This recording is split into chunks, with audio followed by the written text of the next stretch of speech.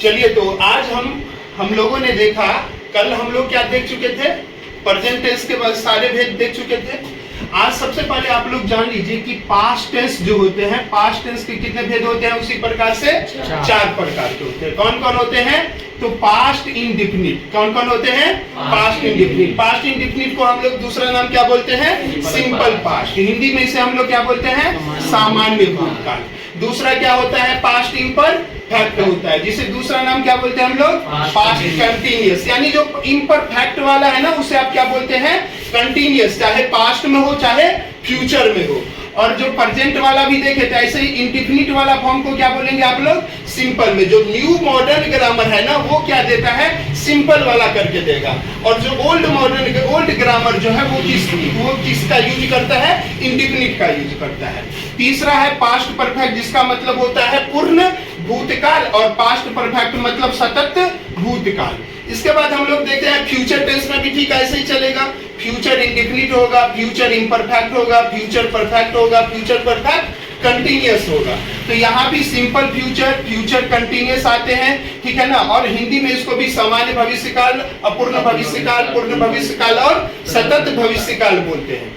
अब देखिए, simple present tense आज हम आप लोगों को स्टार्ट कर रहे हैं। अभी हम आप लोगों को बताएं, इसको अच्छे से रिवीजन करके अभी इसको समझाते हैं, और इससे सेंटेंसेस भी हम लोग फॉर्म करेंगे कि कैसे सिंपल प्रेजेंट टेंस में यूज होता है, कैसे और किस लिए सिंपल प्रेजेंट टेंस का यूज सबसे ज्यादा होता है, ये भी चीज अभी आप लोग देखेंगे। तो देखिए, सिंपल प्रेजेंट टेंस मतलब सामान्य वर्तमान काल, यानी simple present tense expresses present और करेंट एक्शन और इवेंट। यानी ये क्या करता है? वर्तमान समय में अभी जो कोई एक्शन हो रहा है, जो इवेंट हो रहा है, हम आपको पढ़ा रहे हैं, ठीक है ना, हम पढ़ाते हैं आपको, तो ये चीज भी क्या हो गया? सिंपल प्रेजेंट टेंस के अंतर्गत आएगा। दूसरा चीज आपको ध्यान रखना है, it is also used for habitual action. किस चीज के लिए यूज किया जाता है? Habitual action. ऐसा एक्शन जो ना आदतन में है, जो आदत के तौर पे रेगुलरिटी में, अगर वो प्रेजेंट में हैबिचुअल एक्शन को बताने का काम करता है, उसके लिए भी हम लोग किसका यूज करते हैं? सिंपल प्रेजेंट टेंस का यूज करते हैं। It is also use for that action who is nearly will be happen in future. Future यानी कि जो अभी नहीं हुआ है लेकिन अभी तुरंत होने वाला है। जैसे बोलेंगे ना, प्रधानमंत्री जी आने वाले हैं, ठीक है ना, तो उसके लिए भी हम किसका यूज करेंगे? हम लोग सिंपल प्रेजेंट टेंस का यूज करेंगे। इसके बाद it is also use for planned action और इवेंट, यानी ऐसा एक्शन और इवेंट कोई पहले से ही प्लान है। जैसे अभी पीएमजी वाला देखे, ठीक है ना, तो वो जो है प्लान्ड एक्शन कोई भी होगा, इवेंट होगा, उसके लिए भी हम लोग कौन से टेंस का यूज करेंगे? सिंपल प्रेजेंट टेंस का ही यूज करेंगे। It is also use for general truth, कोई सच्ची कोई बातें हैं जो नॉर्मली जनरली है, तो उसे हम लोग भी यहाँ पे यूज करते हैं, और यूनिवर्सल ट्रूथ के लिए भी ये यूज में आते हैं। It is also use for express emotion. कभी आपको किसी को इमोशन यानी कि आपके अंदर की जो फीलिंग है, उसके प्रति आप अपने विचारों को अचानक सडनली इंटरेक्ट करते हो, तो वो चीजें जो हैं, विशेष जो है, किसी को आपको विश कर रहे हो, और ऐसे सिचुएशन जो कभी चेंज होने वाले नहीं है, अनचेंजिंग सिचुएशन है, उसके लिए भी आप किसका यूज करते हैं? सिंपल प्रेजेंट टेंस का। अब ध्यान रखिएगा, सिंपल प्रेजेंट टेंस में ना जो वर्ब होते हैं, उसके बेस फॉर्म का ही यूज किया जाता है। किसका यूज किया जाता है सिंपल प्रेजेंट टेंस में? वर्ब के बेस फॉर्म का यूज किया जाता है। आप लोग लगता है खाना खा के नहीं आया आज, एनर्जी नहीं है, एनर्जी रहनी चाहिए। इंग्लिश पढ़ने में एनर्जी का होना बहुत जरूरी है। इसके बाद देखिए, ये थी इसकी डिफिनीशन, ये थी इसकी डिफिनीशन। अब बोलेंगे डिफिनीशन को मैंने अलग अलग पार्ट में, टुकड़ों में बांट करके कर दिया, ताकि इसको आपको जब मेमोराइज करेंगे, इसको पढ़ेंगे, तो आपको पढ़ने में आसान लगेगा, ये बहुत ज्यादा हार्ड नहीं लगेगा। कोई भी चीज में आप इसमें से 2-3 पार्ट भी बोल दोगे तो भी हो जाएगा। अगर एक में ही इसको लिखा दिया जाता तो ये बहुत ज्यादा फास्ट लगता, उसे आपको बहुत अच्छे से नहीं हो पाता। ठीक है। तो आप नॉर्मली क्या बोलते हैं कि ये ऐसा जो करंट में एक्शन हो रहा है, इवेंट्स कोई भी हो रहा है, कोई हैबिचुअल जो करंट वाला है उसके लिए हो रहा है, कोई प्लान्ड एक्शन है उसके लिए हो रहा है, कोई फीलिंग्स है आपका, कोई इमोशन अगर आप सेट करते हैं, कोई अनचेंजिंग सिचुएशन वगैरह है वो अगर आप एक्सप्रेस करते हैं, उस सभी के लिए किसका यूज करेंगे हम लोग? प्रेजेंट टेंस, यानी कि सिंपल प्रेजेंट, जो प्रेजेंट टेंस का पहला भेद है सिंपल प्रेजेंट टेंस, उसके लिए यूज करते हैं। इसके लिए आप नॉर्मली हिंदी में ही लिखते हैं आइडेंटिटी रूल। नॉर्मली बच्चे पूछता है कि सर कैसे पता चलेगा कि ये जो सेंटेंसेस गिवन है वो ना किस टेंस का है? तो अगर प्रेजेंट टेंस का रहेगा तो नॉर्मली क्या रहेगा, वो सामान्यतया जिस वाक्य के अंत में जनरली देखते हैं ये ओल्ड रूल्स हो जाते हैं, ता है, ती है, ते है, मॉडर्न के हिसाब से लोग ऐसे पढ़ते थे, तो अब भी आपको वैसे ये दिमाग में रखने ही है।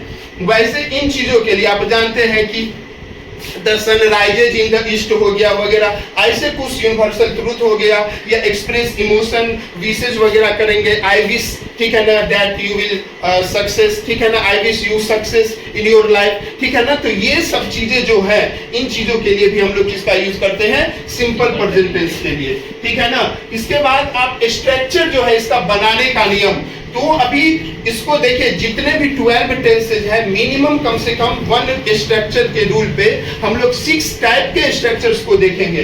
तो पहला रूल जो है स्ट्रक्चर का, ये जो है पॉजिटिव सेंटेंस के लिए है, यानी कि ऐसे वाक्य जो सिंपल प्रेजेंट टेंस का रहेगा लेकिन वो क्या रहेगा? पॉजिटिव रहेगा। पॉजिटिव का मतलब सकारात्मक रहेगा, वो चीजें नकारात्मक रूप में नहीं रहेंगी। जैसे उसको अगर आपको बनाना रहे तो सबसे पहले क्या लेंगे आप? सब्जेक्ट ढूंढेंगे। पर्सन आप लोग पढ़ चुके हैं और ये सब्जेक्ट ऑब्जेक्ट भी आप लोग केस वगैरह जो पढ़ा चुके हैं उसमें आप लोग को समझाया जा चुका है। तो सब्जेक्ट लेंगे और हमेशा V1 और V5 और प्लस ऑब्जेक्ट। अब आप बोलेंगे सर V1 किसके साथ यूज होता है, V5 किसके साथ यूज होता है? तो नॉर्मली जितने भी थर्ड पर्सन होते हैं ना, थर्ड पर्सन के सिंगुलर नंबर, उसमें क्या सब आ जाता है? ही आता है, सी आता है, ईट आ जाता है, दे आते हैं और नेम भी आते हैं। सिंगुलर में अगर सिंगल नाउन अगर कोई है, जैसे राम, मोहन, सोहन, लेकिन अगर राम एंड मोहन हो गया, सोहन एंड जॉन हो गया, तब क्या आ जाएगा? वो V1 फॉर्म ही आएगा। नहीं तो नॉर्मली जो भी है सिंगुलर, यानी कि थर्ड पर्सन रहे और उसका क्या रहे? सिंगुलर नंबर है, तो उसके साथ क्या आप यूज करोगे? V5 का यूज करेंगे। उसके साथ क्या यूज करेंगे?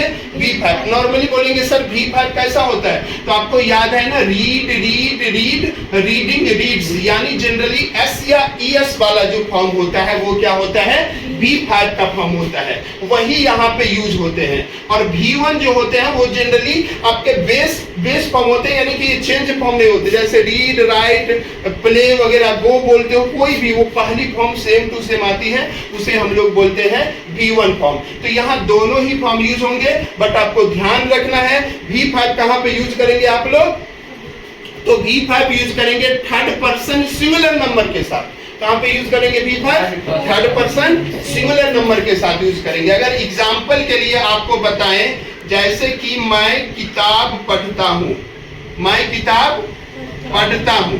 अब देखिए इसमें सबसे पहले आपको क्या ढूंढना है कि सब्जेक्ट कौन है, और सब्जेक्ट कैसे आप ढूंढते हैं कि काम करने वाला कौन है। हु इज डूइंग एक्शन, कौन कर रहा है? हु इज डूअर, करने वाले को ही क्या बोलते हैं हम लोग? कर्ता बोलते हैं, सब्जेक्ट बोलते हैं। तो मैं किताब पढ़ता हूं ना, तो यहाँ सब्जेक्ट क्या हो गया? मैं। तो क्या लिखेंगे आप? आई लिखेंगे। अब आपको मालूम है V1 सब्जेक्ट के बाद या तो V1 आता है या तो V5 आता है, और ये जो I है ना, I और V ये क्या है?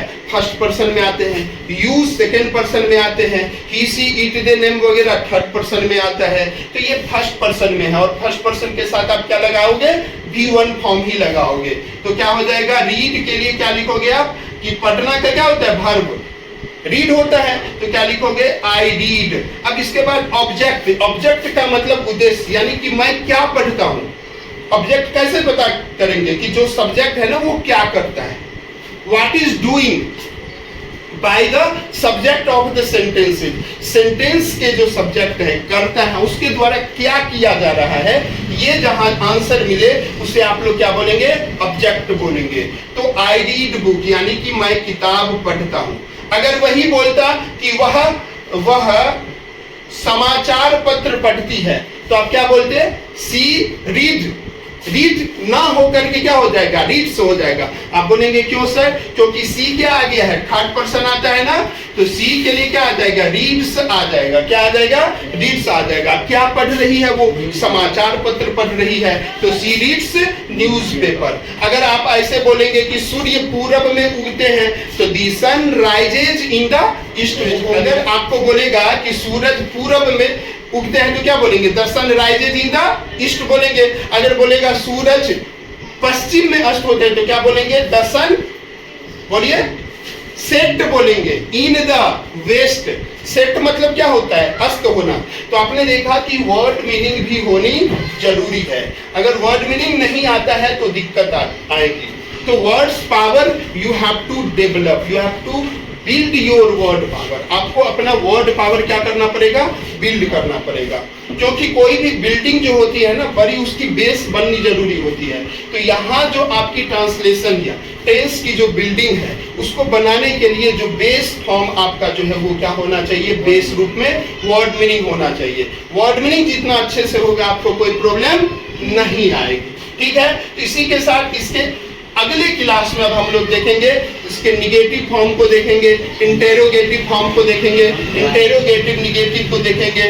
WH वर्ड होता है एक, WH फैमिली से जितने भी वाट, हु, हुज, ये सब जितने भी आते हैं वो सारे, और उसका कैसे प्रयोग करेंगे, इन चीजों के बारे में हम लोग पढ़ेंगे।